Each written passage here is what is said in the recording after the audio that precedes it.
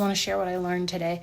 So I was working on a one-pager to describe what agentic AI is and how AI agents, and agentic AI are all different. So it's important to define those terms so that you can help understand the difference between them, prevent confusion, prevent duplicate work, and potential compliance risks. And then each one has unique capabilities. So that's why it's important to know the difference between them. So generative AI, GAI, is what we all know as like ChatGPT, DeepSeek, Copilot. Then you have agents, and then you have AI agents. And then agentic AI is kind of like a continuum, a spectrum, and then agents and AI agents are part of the continuum of agentic AI, kind of like a big umbrella.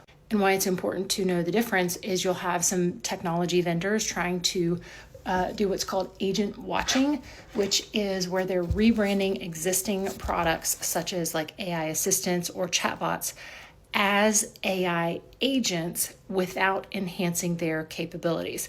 So what they potentially may be agent washing is a chatbot and saying, oh yeah, we have AI agents. That's an agent, not an AI agent, and they are different. So GAI boosts creativity and productivity. Agents and AI agents, they act as a bridge between the GAI and the full autonomy of agentic AI. And then agentic AI actually transforms workflows and operational efficiencies.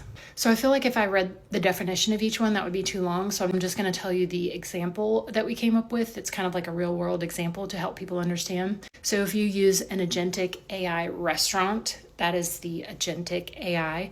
And then in that restaurant, there are AI agents, which are your host, your maitre d', your general manager, your wait staff. Those are your AI agents. And then your agents are your tabletop ordering kiosks that you have at like Olive Garden, Chili's. Those are kind of like chatbot thingies. They're not as advanced as like the AI agents. And then, for example, this doesn't exist, but we made it up, like a GAI chef. So if you had like a chef that just doesn't follow recipes, they create entirely new culinary experiences, dynamic menu creation, and then they really have creativity in their menu creation. So that's not really a thing, but a GAI chef is what we described as GAI. And so the level autonomy that each one has is GAI has low autonomy. It's just reactive. It just does what you tell it to. Agents is medium to low autonomy. And then the autonomy for an AI agent is medium to high. So all of those individuals in the restaurant are proactive, independent, they're all working together, but they can make decisions on their own collaboratively.